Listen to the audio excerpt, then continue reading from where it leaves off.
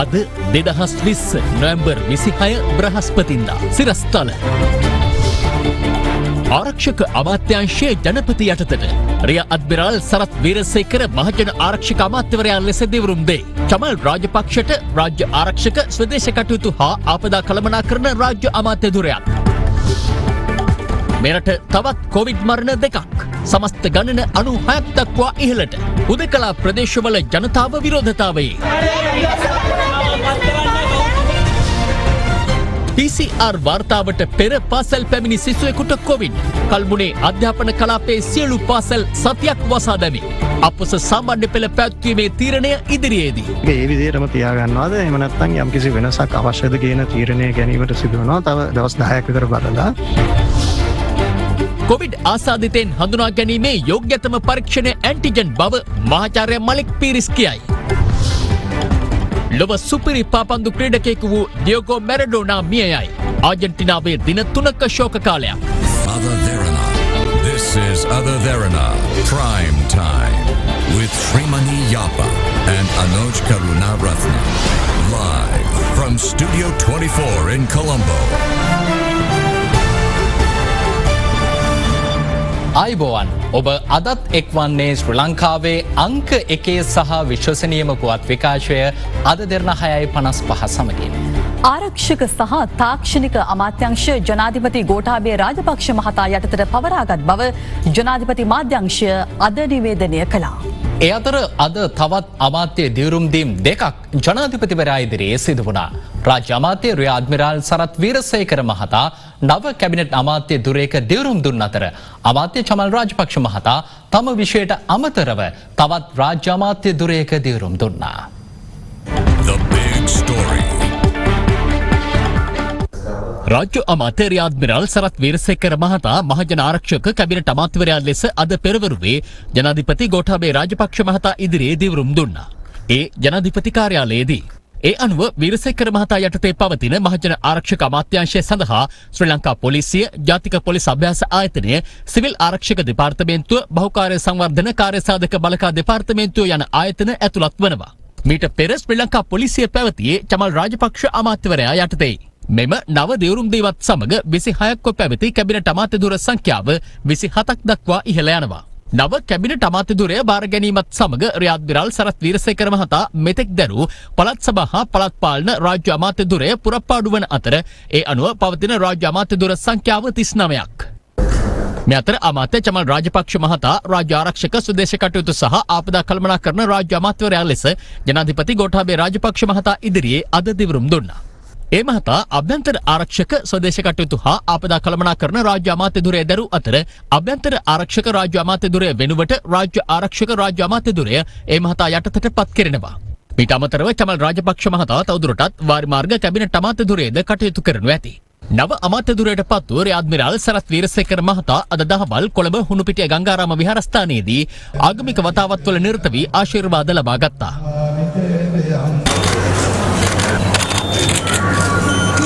ජනාධිපතිතුමාට මේ වගකීම් බාර දුන්නේ ලංකාවේ ඉන්න සමස්ත ජනතාවටම කිසිදු බියෙන් සැකෙන් තොරව ජීවත් වෙන්න පුළුවන් වාතාවරණයක් හදන්න කියලා. ඉතින් ඒ වගකීම මම ඇත්ත වශයෙන්ම මෙතෙ සිටින්ම බාර ගන්නවා. ඒ වගකීම නිතාම හොඳින් ඉටු කරනවා. පොලිසිය මහජන හිතවාද මහජනයා තුළ විශ්වාසයක් නැගෙන ස්ථානයක් බවට ආයතනයක් බවට පත් කරනවා. මගේ විෂයපතේ තියෙන්නේ අනිවාර්යයෙන්ම පාතාලය නවත්තන එක සහ කුඩු නවත්තන එක. මේ දෙක අනිවාර්යයෙන්ම අපි ඉදිරියේදී කරනවා. පාතාලයට සම්බන්ධ වෙලා තියෙන අය ඉන්නවා නම් එයාට අපි ආරාධනා කරනවා යහපත් සමාජයට ඇවිල්ලා ඒ තමාගේ එදිනදා කටයුතු කරන්න කියලා. මොකද ඉදිරියේදී ජනතාවට බියෙන්සකෙන් තොරව ජීවත් වෙන්න පුළුවන් සමාජයක් හදන්න නම් ඇත්ත වශයෙන්ම අපි පාතාලය සම්පූර්ණයෙන්ම ඉවත් කළ යුතුයි. කුඩු දද්ද ඉවත් කළ යුතුයි. ඒ වගේම තමයි අන්තවාදය සහ ත්‍රස්තවාදයට ඉඩ දෙන කාටවත් අපි කිසිම සමාවක් දෙන්නේ නැහැ. තවත් COVID-19 ආසාදිතයින් 342 දෙනෙකු අද පස්වරුවේ හඳුනා ගැනුණා. ඒ අතර තවත් COVID-19 මරණ දෙකක් ඊයේ දිනේ වාර්තා වීමත් සමග මෙරට COVID මරණ 96 දක්වා ඉහළ ගියා.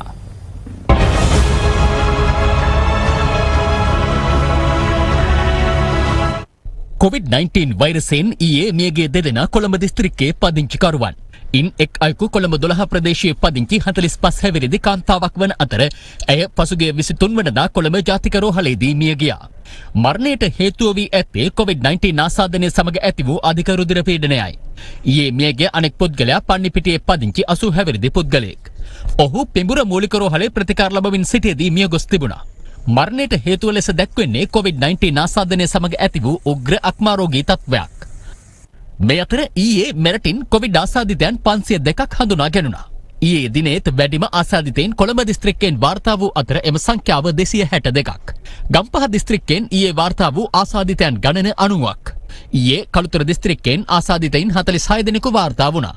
සෙසු ආසාදිතයින් 47 දෙනා වාර්තා වන්නේ දිස්ත්‍රික්ක 9කින්. මේ අතර විවිධ ප්‍රදේශවලින් තවත් ආසාදිතයින් 57 දෙනෙකුද ඊයේ හඳුනා ගැනුණා. දැන් දවසට 400ක් කියලා පොසිටිව් කට්ටිය වාර්තා වෙනවනේ. ඒකේ 50ක් 100ක් විතර වෙනස් කියලා ඒවා ඩිස්ට්‍රික්ට් එකේ කොහෙද නෑ ඒවා මේ වාර්තා කිසි වාර්තාවක් නෑ ඒ පුද්ගලයා කොහෙද. PCR පරීක්ෂණය සඳහා පුද්ගලයෙක්ව යොමු කරනකොට අපි දත්ත පත්‍රිකාවක් එකතු කරගන්න බෑ. රෝගියාගේ නම ගම වයස තියෙන රෝග කොයි කලාපයෙන්ද ලිපිනය කියන දේවල් ඉදිරිපත් කරන්න ඕනේ. අපි සෞඛ්‍ය අමාත්‍යාංශයට දිගින් දිගටම කියා සිටියා මේ සඳහා නිල පත්‍රිකාවක් නිකුත් කරන්න. කොරෝනා වෛරසයේ PCR පරීක්ෂණය කිරීම සඳහා නිල පත්‍රිකාවක් නිකුත් කරලා නැති නිසා විවිධ අංශ විවිධාකාරයේ වූ පත්‍රිකාවල තමයි මේ රෝගී දත්ත ටික එකතු කරලා මේ සාම්පලය සමග එවන්නේ. ඒක නිසා අපි ආයෙත් කියනවා මේ විශේෂයෙන්ම රෝගියාගේ මූලික විස්තරත් පදිංචිය පිළිබඳ විස්තරත් එතුමාගේ ගැවසීම පිළිබඳ විස්තරත් බෝඩ රෝග තිබේද නැද්ද යන කියන කරුණු ටික සඳහන් වෙච්ච සාම්පලය සමග එවිය යුතු දත්ත පත්‍රිකාව නිල පත්‍රිකාවක් නිර්මාණය කර සියලුම ආයතනවල මේ පරීක්ෂණ සඳහා යනකොට එවැනි පත්‍රිකාවක් එවන්න කියලා. අපිට තාමත් රට පුරා මේක ව්‍යාප්ත වෙන තත්ත්වයකට අධිවසංගත තත්ත්වයෙන් ව්‍යාප්තිය වළක්ව ගන්න පුළුවන් මට්ටමේ තමයි තාමත් අපි ඉන්නේ. එතෙන්ද විශේෂයෙන්ම අවධානම බස්නාහිර පළාතේ එතනත් කොළඹ දිස්ත්‍රික්කයේ කොළඹ මහනගර සභා සීමාව ඇතුළේ තමයි අවධානම කේන්ද්‍රගත වෙලා ඉන්නේ. ඒතර මේ කේන්ද්‍රය කොහෙටද වෙනස් වෙන්නේ? දැන් අපිට අලුතෙන් අපිට වණ්ඩාරගම අටලුගම් ප්‍රදේශ සම්බන්ධයෙන් අපි අවධානය යොමු වෙලා තියෙනවා. ඒතකොට ඒ වගේ ව්‍යාප්ත වෙන්නේ නැතුව මේ කේන්ද්‍රය තුල රෝගය තියාගෙන එතනත් රෝගය මර්ධනය කරමින් ඉස්සරහට යන්න. වනාතමුල්ල සිරිසර උයන මහල් නිවාස සංකීර්ණයේ පදිංචිකරුවන් 75 දෙනෙකු අද ඇන්ටිජන් පරීක්ෂාවට යොමු කළා. සෞඛ්‍ය අංශ පැවසුවේ ඉන් 5 දෙනෙකුට වෛරසය ආසාදනය වී ඇති බවට තහවුරු වී ඇති බවයි. එමෙන්ම හුදකලා කර ඇති වනාතමුල්ල හල්ගහවත්ත ප්‍රදේශයේ පදිංචිකරුවන් අද විරෝධතාවක නිරත වුණා. ඒ රුපියල් 5000 දීමනාව ලැබුණත් භාණ්ඩ මිලදී ගැනීමට නොහැකි වීම නිසා ගැටලු රැසකට මුහුණ දී ඇති බවට පවසමින්.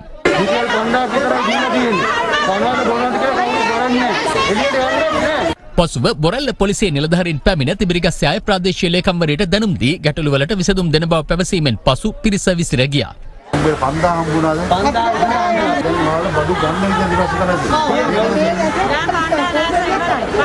දැන් මේක ඇතුලේ බඩු ඇවිල්ලා මාර විදියට ගණන් වෙච්ච. ඒ කියන්නේ ඇවිල්ලා මේ පොල්තේ බෝතලේ රුපියල් 500. දැන් ඔන් ලිස්ට් ඇවිල්ලා ඒක බලනවා නම් ගොඩාක් හොඳයි. ඒක හාල් කිලෝ එක රුපියල් 200යි.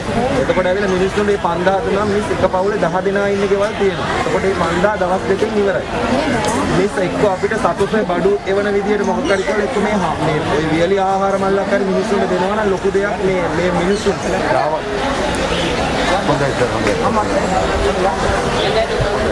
මේ අතර අද පෙරවරු 6ට පමණ බොරැල්ල සීවලී ප්‍රදේශයේ පදිංචිකරුවන්ට ආහාර ද්‍රව්‍ය දෙන බවට වාර්තා වීමත් සමග ප්‍රදේශවාසීන් බොරැල්ල දුම්රිය ක්‍රීඩාංගණයට පැමිණියා.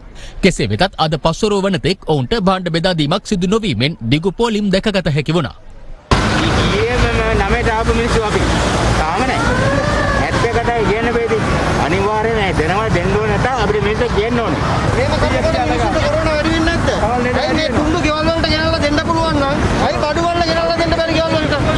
භාණ්ඩ බෙදා දීම ආරම්භ කෙරුණේ පස්වරු 3ට පමණ. එමෙන්ම සංචරණ සීමා පනවා ඇති මෝදර උයන සහ ජාතික නිවාස සංකීර්ණයේ පදිංචිකරුවන්ගේ මානසික සෞඛ්‍ය වෙනුවෙන් අද පුළුල් තිර යොදා ලංකා ප්‍රීමියර් ලීග් තරගාවලිය ප්‍රදර්ශනයට කටයුතු කළා. ඒ බස්නාහිර පළාත භාර ජ්‍යෙෂ්ඨ නියෝජ්‍ය පොලිස්පතිවරයා විසින්.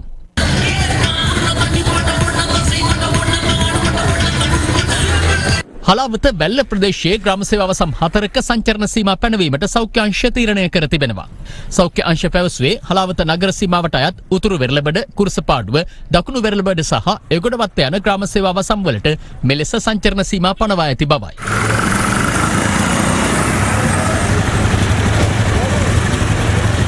මේ අතර පසුගියදා සිදු කළ PCR පරීක්ෂණවල ප්‍රතිඵලවලට අනුව අටලුගම ප්‍රදේශයේ තවත් 22 දෙනෙකුට COVID-19 වෛරසය ආසාදනය වී ඇති බව අද තහවුරු වුණා. එමෙන්ම එම ප්‍රදේශයේ අද සිදු කළ රැපිඩ් ඇන්ටිජන් පරීක්ෂාවලින් තවත් 6 දෙනෙකුට COVID වෛරසය ආසාදනය වී ඇති බව තහවුරු වුණා. ඒ අනුව අටලුගම ප්‍රදේශයෙන් වාර්තා වන සමස්ත ආසාදිතයන් ගණන 164ක්. එමෙන්ම අදත් අටලුගම අලුතියාව ප්‍රදේශයේ ඩ්‍රෝන යානා මගින් නිරීක්ෂණය කෙරුණා. අටලුගම ප්‍රදේශයේ ඇතැම් පිරිස් PCR පරීක්ෂණ මගහරමින් සිටින බවට බණ්ඩාරගම ප්‍රාදේශීය සභාවේ සභාපතිවරයා අද චෝදනා කළා.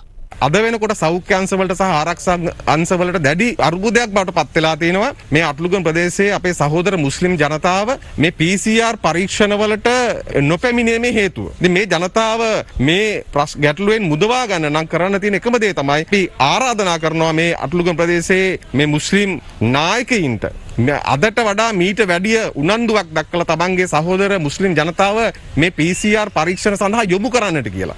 මේ අතර කළුතර ජාතික සෞඛ්‍ය විද්‍යායතනයේ බේරුවල සහ කළුතර බල ප්‍රදේශ දෙක තුල සිටින සියලුම මහජන සෞඛ්‍ය පරීක්ෂකවරුන් රාජකාරී වලින් ඉවත් වී තිබෙනවා. ඒ බේරුවල හිටපු සෞඛ්‍ය වෛද්‍ය නිලධාරීවරයා නැවත එම සේවයට පත් කිරීමට විරෝධය පළ කරමින් මේ අතර මහනුවර නාගරික මධ්‍යම වෙළඳපොළ ආශ්‍රිතව ආසාදිතයන් කිහිප දෙනෙකු හඳුනා ගැනීමත් සමග එය අද පෙරවරුවේ සිට తాවකාලිකව වසා දැමුණා. ඒ හේතුවෙන් එහි පැමිණි වෙළඳුන් දැඩි අපහසුතාවකට පත් වුණා. නැවත මාකට් එක අන්නකම් එන්න බව අපිත් එක අමනාප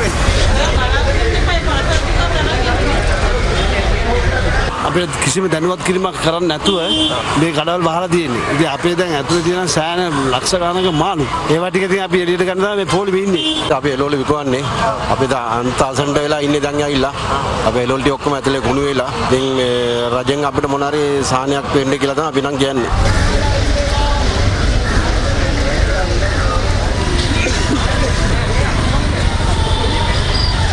එමෙන්ම රත්නපුර පොලිසියට අනුයුක්ත පොලිස් නිලධාරියෙකුට COVID-19 වෛරසය ආසාදනය වී තිබෙනවා. සෞඛ්‍ය අංශ පැවසුවේ ඔහුගේ අසනීප තත්ත්වයක් හේතුවෙන් පසුගිය දිනවල සේවයට වාර්තා කර නොතිබූ බවයි. කෙසේ වෙතත් ඔහු පසුගිය 14 වනදා රත්නපුර පොලිසියේ සේවය කරන තම බිරිඳට දිව ආහාර රැගෙන එහි පැමිණ තිබෙනවා. ඒ අනුව අද දින රත්නපුර පොලිසියේ 8 දෙනෙකු PCR පරීක්ෂණ සඳහා යොමු කෙරුණා. පොලිසියේ මේ වන විට ආසාදිතයින් 1123ක් වාර්තා වී තිබෙනවා. මේ 1123න් මේ වන විටත් 600කට ආසන්න පිරිසක් සුවය ලබා ගොස් තිබෙනවා. දැනට 450කට ආසන්න සංඛ්‍යාවක් ප්‍රතිකාර ලබමින් සිටින්නේ. මෙරටින් වාර්තා වන සමස්ත COVID-19 ආසාදිතයින් ගණන 21811ක් දක්වා ඉහළ ගියා. ඉන් 15816ක් පූර්ණ සුවය ලබා ඇති අතර තවදුරටත් රෝහල්ගතව ප්‍රතිකාර ලබන සංඛ්‍යාව 5899ක්.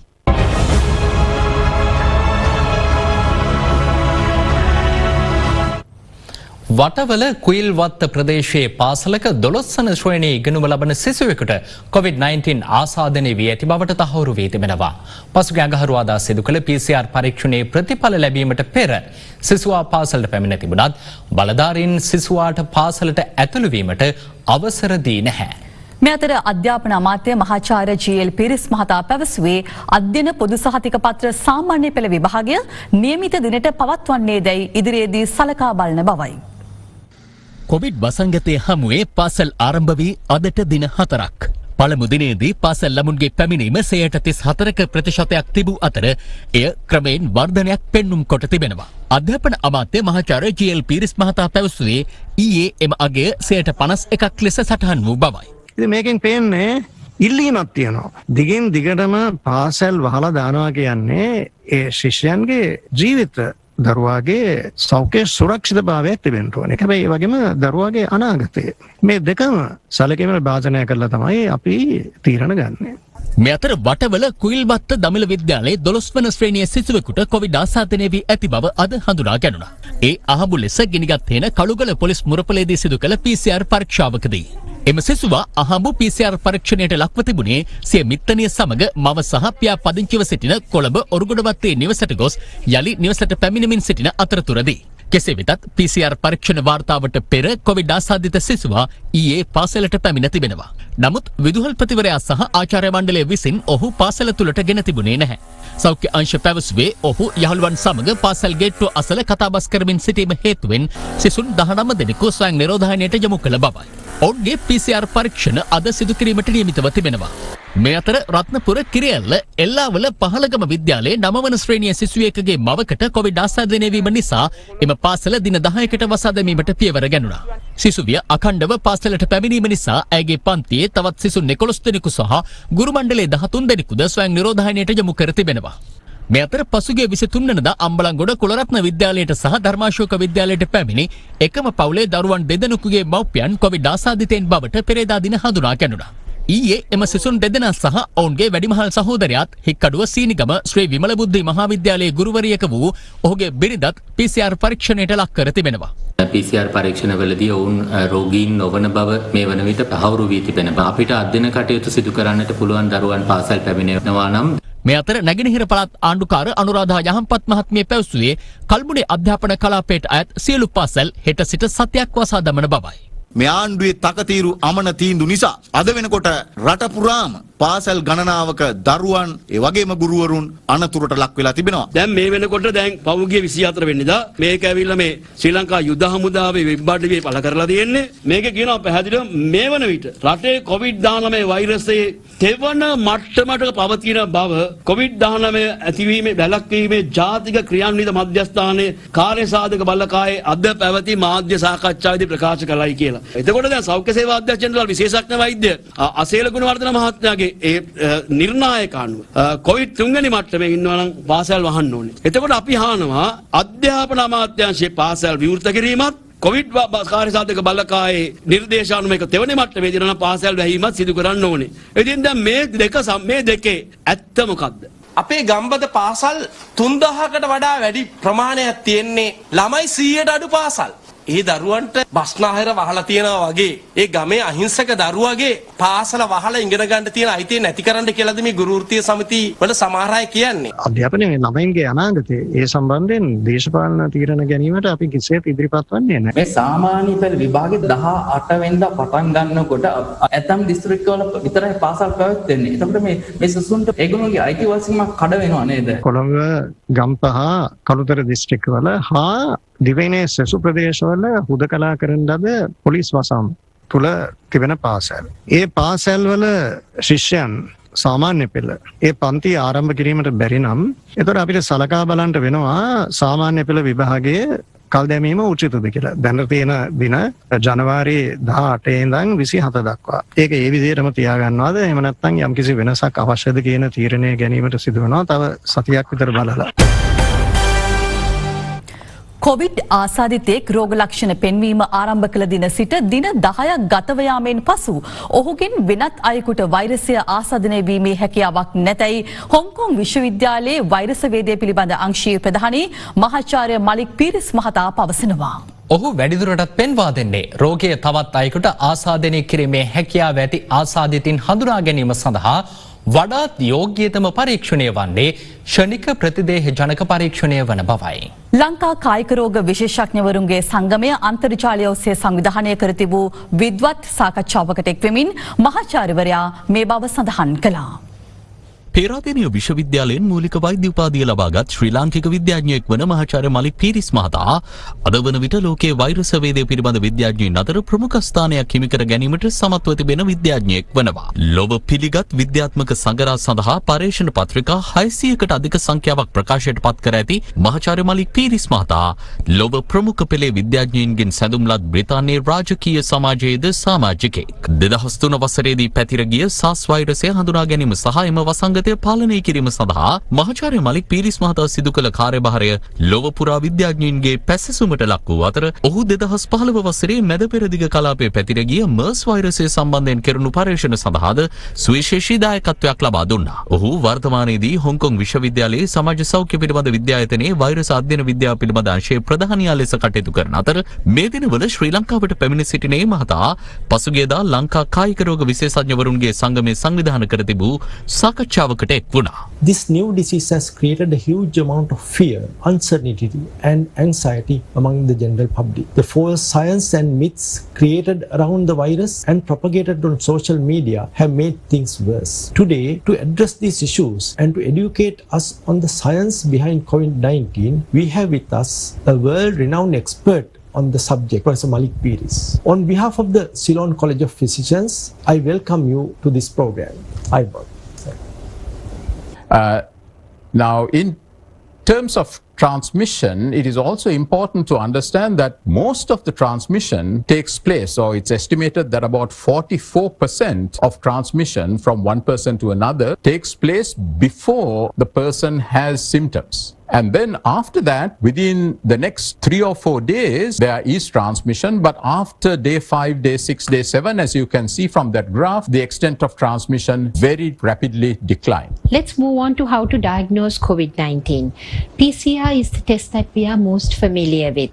How does PCR work and what are the limitations of this test? So if we just compare RT-PCR and the antigen test, PCR is associated with amplifying the virus nucleic acid. The sensitivity is quite high. But then if you correlate it with infectious virus, because infectious virus is associated with quite high virus load in the patient's specimens, then the correlation with PCR is low. In other words, not every person, not every test of PCR positive means that the person is having infectious virus. Because the antigen test is somewhat less sensitive than PCR, it picks up those patients with high viral load. So the correlation of the antigen test with infectiousness is much better. The antigen test, some of the early versions of these antigen tests were not very good, but the more recent ones, particularly the ones that have been approved by WHO, are much better. So I think we need to be able to use both of these for the right purposes. Could you tell us a little bit more about when and on whom these tests should be used? Because of the sensitivity of PCR, if you have a patient who is sick, who you want to diagnose, then PCR is probably the method of choice. Having said that, if you really want to make a very quick decision and the nearest PCR is, 50 miles away, and the antigen test may give you a faster result. So you have to judge that. On the other hand, when you're trying to control transmission and you're trying to identify people who are most infectious, for that purpose, the antigen test would be quite satisfactory because that test is rapid, but also will pick up the most infectious patients. It is possible to be PCR positive but not be infective to others. Can you explain this? Right. So as I said before, the PCR test detects not the whole virus particle, not the infectious virus particle, but the virus genetic material. So the genetic material of the virus can remain present for quite a long time after the virus is no longer infectious. So because of that, now WHO has changed its recommendations and basically says that for asymptomatic and mild patients, after 8 to 9 to 10 days, the patient is not infectious. So you don't even have to do a PCR because the PCR may be positive, but that does not necessarily mean that the patient is infectious. I showed that from the epidemiological, the contact tracing studies, it's very clear that by day 5, day 6, after onset of symptoms, there is no further transmission. කෘෂිකර්මාන්තය සඳහා ජාතික ප්‍රතිපත්තියක් වසරක් තුළ සකස් කර පාර්ලිමේන්තුව වෙත ඉදිරිපත් කරන බව කෘෂිකර්ම අමාත්‍ය මහින්දානන්ද අලුත්ගමගේ මහතා පවසනවා. අද දිනේ කෘෂිකර්ම හා වාරිමාර්ග අමාත්‍යාංශය යටතේ ගැනෙන ආයතනවල වැය ශීර්ෂ විවාදයට එක් වෙමින් අමාත්‍යවරයා මේ බව සඳහන් කළා.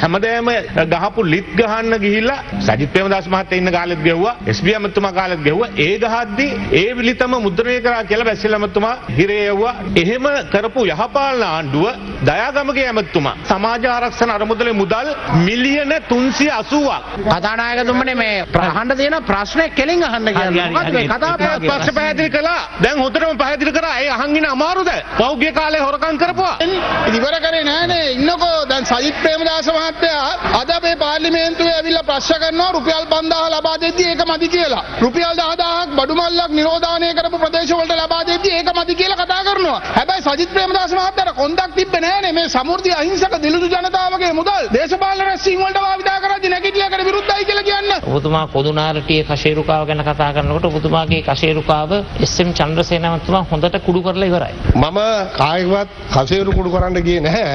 එතුමා එහෙම කියනවා නම් ගෝඨාභය රාජපක්ෂ මහත්මයා ජනාධිපතිතුමා එතුමාගේ කසේරුවත් කුඩු කරලා දාලා තියෙනවා කියන්න ඕනේ. වී වලට වැඩිය වී නිෂ්පාදනයක් අපි කරලා තියෙනවා. නමුත් ආණ්ඩුව අද අසමත් වෙලා තියෙනවා ඒ නිෂ්පාදනයේ සහල් පාරිභෝගයට ලැබෙන්න.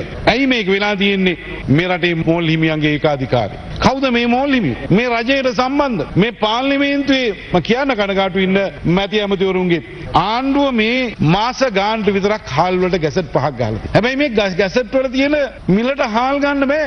මේ වෙනකොට එදා මෙදා තුර කාලය තුර රුපියල් ලක්ෂ 33000ක වංචාවක් ලීකේජ් එකක් මේ වෙනකොට වීආලේ මණ්ඩලයේ සමග ඔබතුමාලගේ ඇමතිතුමා හැරිසන් ඇමතිතුමාගේ කාලේ තමයි මේ පාඩුව සිද්ධ වුණේ. 52කට වී අරන් හරක්ට කියලා 22කට විකුණලා බිලියන 10ක් ගැහුවා. මේ අමාත්‍යාංශයේ පළවෙනිම අරමුණ තමයි කෘෂිකර්මාන්තය සඳහා ජාතික ප්‍රතිපත්තියක් සකස් කරන එක. අපි මේ පාර්ලිමේන්තුවට මේ ප්‍රතිපත්තිය සකස් කරලා වසරක් තුල අවසන් කරන්න බලාපොරොත්තු වෙනවා කියන එක මුලින්ම තමුන්නාන්සේලාට සඳහන් කරන්න ඕනේ. අපි පොහොර සාඩ ආධාරය ගොවියට දෙනවා. ඒ නිසා අපි හෙක්ටයාරයකට අපි දෙනවා රුපියල් 84000ක පොහොර සාන ආධාරය. අපි හෙක්ටයාර දෙකකට නොමිලේ පොහොර දෙනවා. ඒ නිසා ඊළඟ කන්නේ ඉඳලා අපි පොහොර සාන ආධාරය ලබා දෙන සෑම ගොවියෙක්ගෙන්ම වී කිලෝ 1000ක් අපි ගන්න බලාපොරොත්තු වෙනවා. මේ දවස්වල පොහොර හිඟට හේතුව තමයි වරායේ සේවකයන් කීප දෙනෙක් අපේ වරාය ඇමතුමා ඉන්නවා. වරායේ සේවකයන් කීප දෙනෙක් කොවිඩ් සංගතයට මුහුණ දීලා තියෙනවා. ඒ නිසා පොහොර බෑමේ පොඩි ප්‍රමාදයක් අපිට හිර වුණා. ඒ නිසා අපි දැන් ඊයේ වෙනකොට නැව් 4ක් බෑවා. තව නැව් 4ක් එළිය තියෙනවා. ඒ වගේම අපි අවාසනාවකට ඊයේ හවස චෙක් කරනකොට අපේ ලංකා පොහොර ගබඩාවෙත් කොවිඩ් රෝගියෙක්. ඒ නිසා පොඩි ප්‍රායෝගික ගැටලු කීපයකට අපි මුහුණ දීලා ඉන්නවා. නැත්තම් මේ ආණ්ඩුවට පොහොර දෙන්න බැරි කමක් නෙවෙයි. මගේ ගැන ගොඩක් අය දුක කිව්වා. මේ ඇමතුමාට තියෙන කෑලි දෙකයි අනිත් අය බෙදිලා කියලා. ඒ නිසා මම බොහොම සතුටු වෙනවා මගේ දුක වෙනුවෙන් සජබ තමුන්නාන්සේලාගේ පක්ෂේ කතා කරපු එක පිළිබඳ. ඒ පිළිබඳ කිසි ගැටලුවක් කරගන්න ඕනේ නැහැ. හැබැයි මේකට එක කැබිනට් ඇමතිවරයා ඉන්නේ. ඒක හොඳට මතක තියාගන්න ඔබතුමාලා. எங்கள் மக்களுடைய கைகள் கட்டப்பட்டு உணர்வுகள் ஒடுக்கப்பட்டு வாய்மொழிகள் முடக்கப்பட்ட நீதிமன்ற தடை உத்தரவுகள் பிறப்பிக்கப்படுகின்றன. எமது சமூகத்தின் எல்லா செயல்களும் பயங்கரவாதம் என பட்டியலிடப்படுகிறது. அத்தகைய கொடூர அடக்குமுறை சூழலுக்குள் இருந்து வந்தே இவ்வுரையை நான் நிகழ்த்துகிறேன். මහවිරු දිනේ කියන කතාව අපි හැමදාම ප්‍රතික්ෂේප කරා අපි දැනු ප්‍රතික්ෂේප කරනවා. ඥාතීන් සීකරන්න ඕන කෙනෙකුට පුළුවන්. නමුත් මහවිරු දිනේ කියන වචනය LTT ත්‍රස්තවාදී සංවිධානයේ මියගිය අය සමරන පාවිච්චි කරන වචනයක්. මහවිරු දිනේ කියන්නේ ඒක වෙනම බයිලයක් වෙනම කතාවක්. ඒක හන්ද ඒ දෙක පටල ගන්න එපා. සහරාන් හෂිම්ට යම් ආරක්ෂක අංශයක් ආරක්ෂාව ලබා දෙන්නට ඇතැයි තමා සිතන බවත් කාත්තංකුඩියේ ඇතැම් පුද්ගලින්ගේ සිත් තුළ තවමත් අන්තවාදී අදහස් පවතින බවත් නැගෙනහිර පළාත් හිටපු ආණ්ඩුකාර MLAM හිස්බුල්ලා මහතා අද පාස්කු ප්‍රහාරය පිළිබඳ විමර්ශන කොමිසම හමුවේ ප්‍රකාශ කළා. එහිදී ඔහු තවදුරටත් කියා සිටියේ ශරියා නීති ගැන්වීමට සූදානම් වන්නේ යැයි ආන්දෝලනයට තුඩු දුන් බැටික්ලෝ කැම්පස් ආයතනය කොවිඩ් වෛරස් ව්‍යාප්තිය අවසන් වීමෙන් පසු රජය සමග සාකච්ඡා කර යලි විවෘත කිරීමට බලාපොරොත්තු වන බවයි. පාස්කු ප්‍රහාරය පිළිබඳ විමර්ශනය කරන ජනාධිපති කොමිසම හමුවේ සාක්ෂි ලබා දීම සඳහා නැගෙනහිර පළාත් හිටපු ආණ්ඩුකාර MLAM හිස්බුල්ලා මහතා ඊයේ ජනාධිපති කොමිසමට පැමිණියේ 3 වන දිනටයි. එහිදී හිස්බුල්ලා මහතා තමන් විසින් නිදි කරන ලද මඩකලපුව විශ්වවිද්‍යාලයේ ත්‍රිමාන සජීවීකරණ සැලැස්මක් කොමිසම හමුවේ ඉදිරිපත් කරමින් මේ පිළිබඳ පැහැදිලි කළා. ස්වාමීනි, බැටික්ලෝ කැම්පස් කියන්නේ පෞද්ගලික විශ්වවිද්‍යාලයක්. දැනට මේ ඉදිකිරීම සඳහා සෞදි අරාබියේ ඉන්හෙරිටන්ස් අබ්දුල්ලා අල් ජෆාරි කියන සමාජ සේවා සංවිධානයෙන් රුපියල් බිලියන 3.6ක් හම්බ වෙලා තියෙනවා. ඉදිකිරීම අවසන් වෙද්දී රුපියල් බිලියන 18ක් වගේ යයි කියලා ඇස්තමේන්තු කරලා තියෙනවා. යයි හිස්බුල්ලා මහතා පැවසුවා. එහිදී රජයේ අධිනීතිඥවරයා මෙම විශ්වවිද්‍යාලය තුළ ශරියා නීතිය ඉගැන්වීමට පාඨමාලාවක් තිබේදැයි හිස්බුල්ලා මහතාගෙන් විමසීමක් කළා. ස්වාමීනි, විෂයන් 10න් 2ක් ශරියා නීතිය සම්බන්ධයෙන් තිබ්බා. නමුත් ඒකට උසස් අධ්‍යාපන අමාත්‍යාංශයෙන් අනුමැතිය ලැබෙන්න ඕනේ. පස්සේ අපි විෂයන් 8කට අඩු කළා. ශරියා නීතිය කියන්නේ ඉස්ලාමීය අධ්‍යයනයක්. උලමාවරුන්ට මෙහි ඉගෙන ගන්න පුළුවන්. නමුත් එයාලට විතරක් නෙමෙයි, බෞද්ධ, ක්‍රිස්තියානි, හින්දු වගේ ඕනම කෙනෙක්ට මෙහි ඉගෙන ගන්න පුළුවන්. එහෙම වෙන්කිරීමක් කරලා නැහැ යනුවෙන් හිස්බුල්ලා මහතා පැවසුවා. මෙහිදී ජනාධිපති කොමිසමේ සමාජික විශ්‍රාමික අමාත්‍යාංශ ලේකම්වරිය මෙසේ විමසුවා. දැන් ඔබතුමා අපිට පෙන්නපු සැලැස්මේ තිබුණා විශ්වවිද්‍යාල භූමිය තුල ඉදිකරපු මුස්ලිම් පල්ලිත්. ඔබතුමා ඔය කියන විදිහට අනිත් ආගමික සෙසුන්ටත් තම ආගමික ඇදහිම් සිදු කිරීමට හැකිවන ලෙස වෙනත් ආගමික ස්ථානත් ඔය විශ්වවිද්‍යාල භූමිය ඉදිකරලා තියෙනවද? එම ප්‍රශ්නය හමුවේ සුළු මොහොතක් නිහඬ වූ හිස්බුල්ලා මහතා ඔබතුමාලට පෙන්නපු සැලැස්මේ නම් එහෙම දෙයක් නැහැ ස්වාමීනි. නමුත් අපි වෙනම ප්ලෑන් කළ අක්කර 3ක වෙනත් ආගමික ස්ථානත් ඉදිකරන්න යයි පිළිතුරු ලබා දුන්නා. මෙහිදී සාක්ෂිකරුගෙන් ප්‍රශ්න කිරීම ආරම්භ වූ අගරාධිගුරු අති උතුම් මැල්කම් කාදිනල් රංජිත් හිමිපාණන් නියෝජනය කරන ජනාධිපති නීතිඥ ශමිල් පෙරේරා මහතා මෙම විශ්වවිද්‍යාලය සඳහා ලැබුණේ විදෙස් ණයද නැතිනම් ආධාරද යයි විමසූ විට හිස්බුල්ලා මහතා ප්‍රකාශ කළේ වසර 15කින් ගෙවීමට හැකිවනසේ ණය මුදලක් තමා සහ තම පුත්‍රයා සාක්ෂිකරුවන් ලෙස අත්සන් කරමින් ලබාගත් බවයි. සාමාන්‍යයෙන් ණය ගිවිසුමකට එළඹෙද්දී සාක්ෂිකරුවෙකු ලෙස බාහිර පාර්ශවයක් අත්සන් කරනවානේ. නමුත් මේ ගිවිසුම් තුල එහෙම බාහිර පාර්ශවයක් අත්සන් කරලා නැහැනේ. ඒ වගේම ණය නොගෙවුවොත් ඔබට විරුද්ධව ගන්න ක්‍රියාමාර්ගත් මේ ගිවිසුම් වල සඳහන් වෙලා නැහැ. ණය ලැබිලා වසර කිහිපයක් ගත වෙලත් ඔබ තාම එක ණය වාරිකයක්වත් ගෙවලා නැහැ. යයි ජනාධිපති නීතිඥවරයා එවිට ප්‍රශ්න කළා. ඉස්ලාමය කියන්නේ අල්ලා දෙවියන් ස්වාමිනි. අල්ලා දෙවියන්ගේ නාමයෙන් ඒ විශ්වාසය මත තමයි අපේ ගිවිසුම් තියෙන්නේ. ඒ නිසා ලිඛිත ගිවිසුම් ගැන අපිට ප්‍රශ්නයක් නැහැ. ස්වාමිනි, දැනට මේ මඩකලපුව විශ්වවිද්‍යාලය කොරෝනා ප්‍රතිකාර රෝහලක් ලෙස භාවිතා කරනවා. නමුත් කොවිඩ් පහව ගියාට පස්සේ මම රජය සමග සාකච්ඡා කරනවා කුමන කොන්දේසි යටතේ හරි මේ විශ්වවිද්‍යාලය විවෘත කරන්න. යයිද හිස්බුල්ලා මහතා කියා සිටියා. මෙහිදී සහරාන් ගැන විමසූ විට අදහස් පළ කළ හිස්බුල්ලා මහතා ස්වාමීනි, මම සහරාන්ව අත්අඩංගුවට ලක් කිරීමට ගොඩක් උත්සාහ කළා.